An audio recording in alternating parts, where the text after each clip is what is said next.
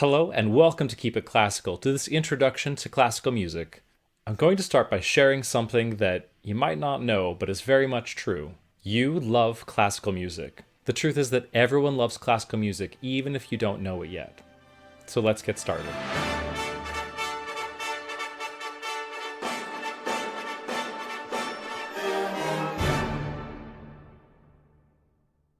So let's talk about what this term means. What do we mean when we use the term classical music? All music can basically be grouped into three major categories: classical, popular, and folk music. Let me be really clear that these categories are not based on the validity or worth of this music, but simply its origins and place in society. Music is music and inherently of some worth. Let's start by looking at each of these categories. Folk music is music that has no known author or composer, but is part of the psyche of a community.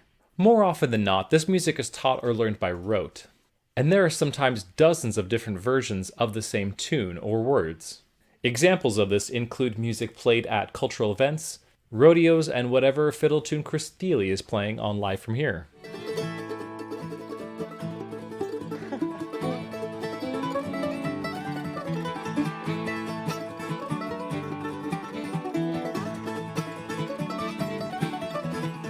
Popular music is music of the populace, or that a large portion of the population is aware of and enjoys. Examples of this include music played on the radio, at Coachella, and whatever you're listening to today.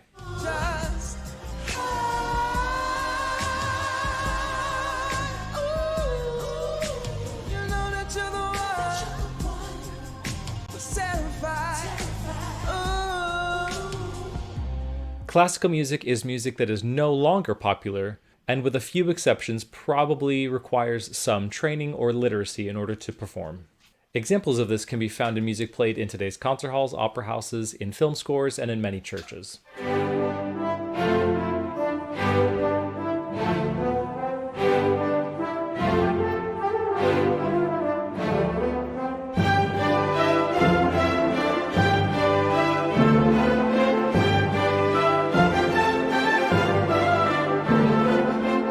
Now, while I said that classical music is no longer popular, it still permeates our lives, whether it's in a commercial,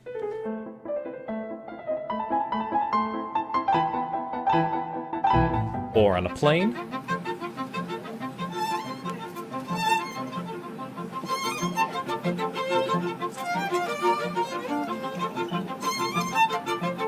or in a commercial about a plane.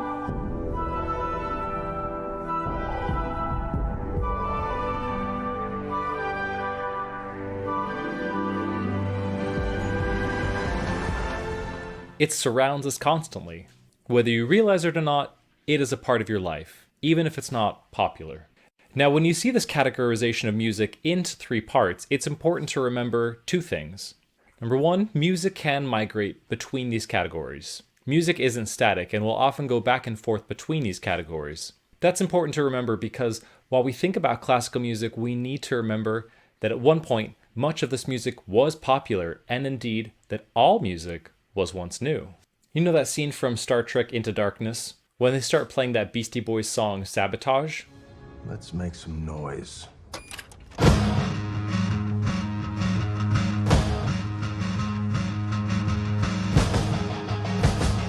That's a good choice.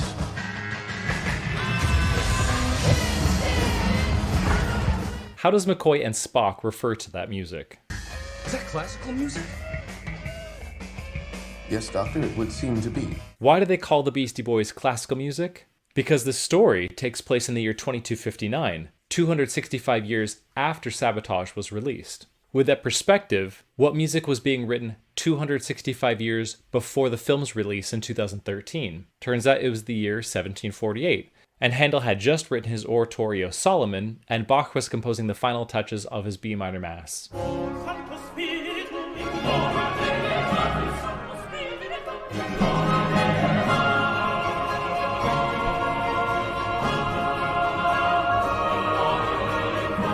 More on them later. When we listen to the Beastie Boys now, it sounds loud, raucous, and modern. And from our perspective, it doesn't sound anything like classical music. When we talk about classical music, we have to go back and listen to it with context in mind. Some of these same words that we describe the Beastie Boys, loud, raucous, and modern, have been used to describe some famous classical pieces that we think of now as stuffy and dated. By the way, I just want to point out that listening to Sabotage today still holds up really well, even though it's now 25 years old.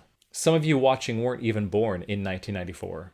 Anyway, the second thing to remember is that music in these large cross-sections are not a monolith. I mean, we are packing all of popular music into one category, and there's no way that sounds all the same. And that's how we should think about classical music as well. It encompasses centuries of music and contains huge amounts of variety. Let's say that you went to a symphony once and you heard them play Mozart, and you didn't really like it all that much.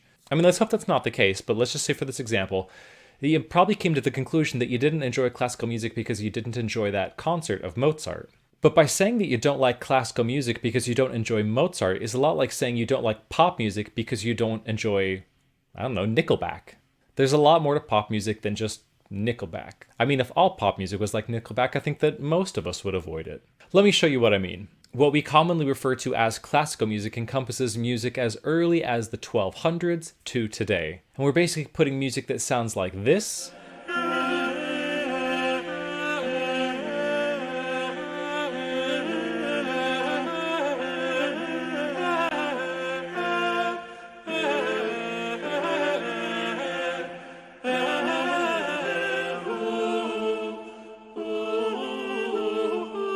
and like this,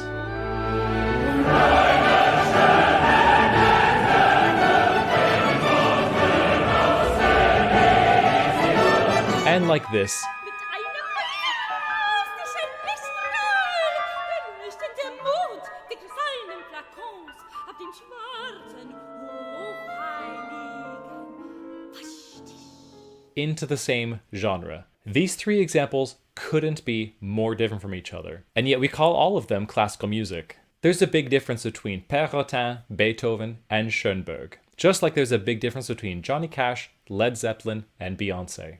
It's a single label for well over 800 years worth of music. Now, the term classical music is also a bit problematic. The term refers to classical Greek and Roman architecture and literature. The term also refers to one epoch of music that lasted between the 1730s and the 1810s. But for some reason, this term also came to represent the music of all the epochs together. That's confusing enough, even to seasoned professionals. But it also doesn't do a very good job of describing what it is exactly.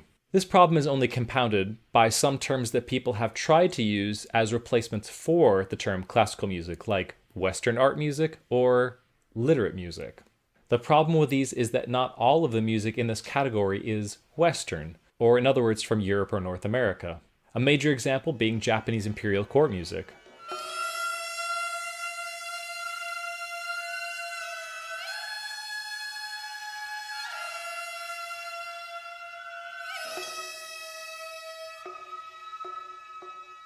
Also, the term art can imply that popular music or folk music isn't art, which many people, including myself, would very much disagree with. The term literate music can seem like a good choice, implying that literate music requires training and a sense of literacy in a written musical language. The issue, however, is that the term literate can be rather charged in the idea that literate is good and illiterate is bad. It also ignores the fact that art music from India wasn't written down at all, but transmitted by rote.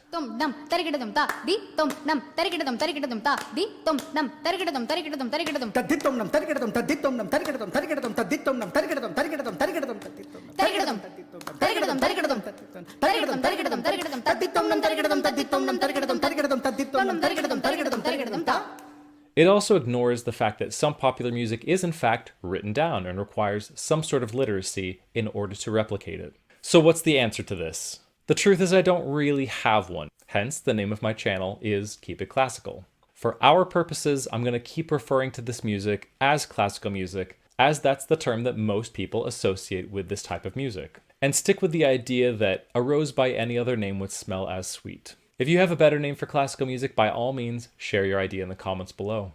That's all for now. If you like this video, make sure to check out my playlist for absolute beginners, or my playlist on special topics. In the meantime, keep it classical.